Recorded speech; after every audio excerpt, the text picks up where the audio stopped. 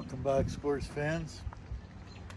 You're saying, what the hell is that old son of a bitch doing in Saskatchewan all dirty? Well, it's an ambo. Carrying on with the wiring. Look at this little baby we found under the seat. That is one badass isolator.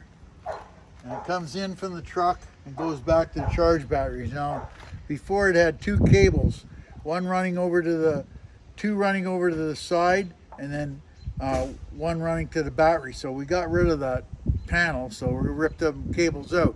So now we're gonna hook the batteries up to the isolator and it'll charge when you go down the road. What a splendid idea, isn't it? We're gonna hook the boost up too, because remember when she tried to boost it last time? When it went dead, it couldn't, but her house batteries were good. That's because they weren't hooked up. So we're gonna hook that up. That cable goes up that switch under the seat is where it goes, right? Okay. And then when you turn it, it's basically an on-off switch. It's not a fancy switch. It's an on-off switch. You turn it off and you got just your truck batteries. You turn it on, you got your truck and your coach. It's a real stupid system, but it really works. We're gonna bring the battery cable up from that isolator, up along, and put it onto the batteries. And that way when she goes down the road, she'll be charging them.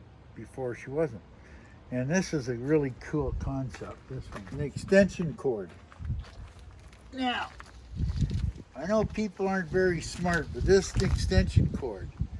And this was plugged in to the front. And it ran all the way back to the back into that panel we pulled out, because there was a piece on there that would charge the batteries when it was plugged in. Cool concept. But it never did work for me. I know. Yeah. It doesn't work now because it's right there. But so we tagged all the wires, you know, like 4 and 5. What's that mean to you? So this one here is the RV batteries. That's the charge post, and that's coming from the truck. That's all you need to know. So, yeah, we're coming right along. We should have electricals on today. Nice. We pulled all the wire from the other side is gone. There is nothing over there at all. Nothing at all. So it's all good. See, and the big thing about the battery cables is that big glob of cables that went over the other side. When you start and run the truck, those are live. So you throw your shovel in there and Oh. So, yeah, so all that's unhooked now. All that's totally unhooked. So you don't have to worry about that. That's the only problem with when a red wire the size of your thumb's unhooked. You're thinking, what the hell does it go to? But that's what we're doing. So we disconnected all the battery cables. If they got a job, they're there. If not, we pulled them out. As you see, there's cables everywhere. So we've pretty much eliminated all sources for power drains? Or quite a few? Yeah. Yeah. Oh, yeah. We won't have no power drain because the only power you use is that little fan. So you said there was 2 alternators in there? Yeah. So how does that work? They're connected together? No, they're totally serious. That's why you have, you have 2 posts on that isolator. You got one coming from the truck battery and one coming from the other alternator right there. So it keeps both charged up, right? This thing will always, I never seen both go at the same time, but it'll always be charged. This truck will always be charged with 2 alternators because they work independent. They're not tied together at all except right there. Well, they're not really tied together because that's an isolator with a diode. Diode only allows power to go one way. So it's not really tied together in a sense that you think. So. Okay, so this switch drives everybody nuts. Now, I think they're both almost all the same, but I'll explain what it is. This is basically an on-off switch. Right now, it is in the off position and it's running off the truck batteries. Okay, now when you turn it up like that, you turn it on and that hooks it to the RV batteries. Now, the only problem with this system here is if you leave it on RV and it goes dead, you killed everything. You turn it there and you will never kill the truck batteries because the truck batteries are separate from the RV. And this switch drives all the ambo guys nuts. You don't know how many calls I get from this switch. So you'll find that your alternator will charge, and then because when it's on, I'm going to change it here. It's OEM conversion batteries, the RV batteries. When it's on RV batteries, you're charging 4 batteries. Whatever batteries you have in your truck, when you turn that switch on, you're charging every one of them. So I wonder why your alternator's a little low? That's why, because you're charging all them batteries. Now, just remember, if it's on, I'm going to mark it truck and boost. There's market truck and boost. Truck is right here, OEM battery, and boost is up here. And if you got it on truck, your truck batteries will always stay good. If you have it on boost, it'll kill every battery in it when it's off the RV. So that's what you got to be careful, because that's a manual switch, not a diode or anything. That's a manual switch. So when you put it on RV, it's going to kill all the batteries, not just the RV batteries. It'll kill the truck too. And if you got it on truck, it won't bother the truck. You can kill the RV batteries dead in a doornail, come up here and start the truck.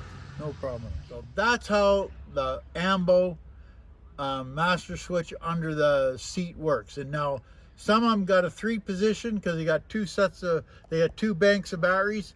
But just remember, you have to keep it unhooked from the truck or it kills the truck batteries. That's the only thing you have to worry about.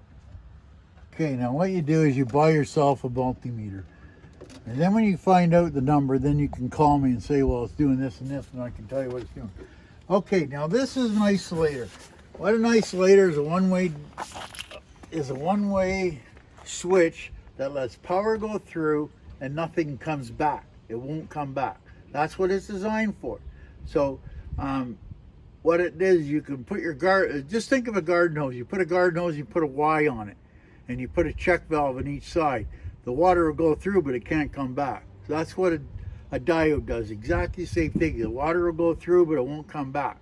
So that's how you could have your RV batteries hooked up and your truck batteries, and they won't go dead. Now, some people say that it'll draw off the truck. I can honestly say I've never seen it. Either the diode will totally fail and won't let nothing through, but I've never seen it fail where it killed the other battery. I've never seen that yet, but weirder things have happened. Okay, now this, I'm not worrying about the other posts. I'm only going to show you the ones that I care about.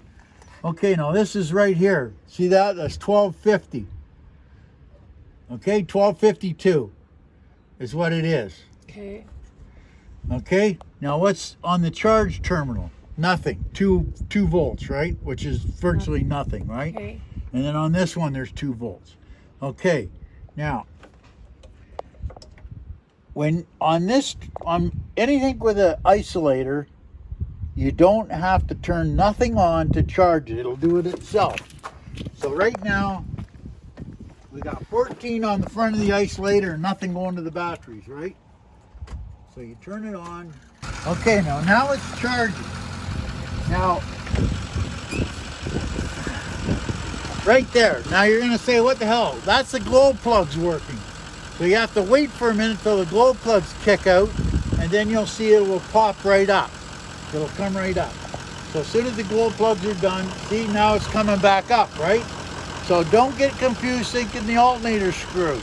You have to, and yes, it'll put the glow plugs on without putting the light on, the dash on. Okay, so we got $13.95 there. We got $14.40 there, and $14.40 going to the batteries, right? And we got $14.47 there. Okay, now you got to remember this is truck batteries, and you're going to lose a volt, anywhere between a volt through an isolator, through a diode. You're always going to lose a volt. So you got to remember that.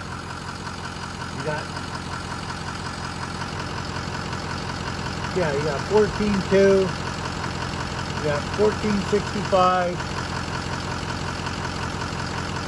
and 14.65. So this is charging. It'll charge it. Well, mine is not hooked up either, but that's here and there. With an isolator, you have truck batteries, right? Now Now the truck batteries are totally separate. There you go, 1442. It's charging here, and this cable, I haven't got the cable hooked up yet. Here, going to the batteries. Right there. So it's charging too. Well, it's not charging now because we haven't got it hooked up, but that will be charging. So that's how it works.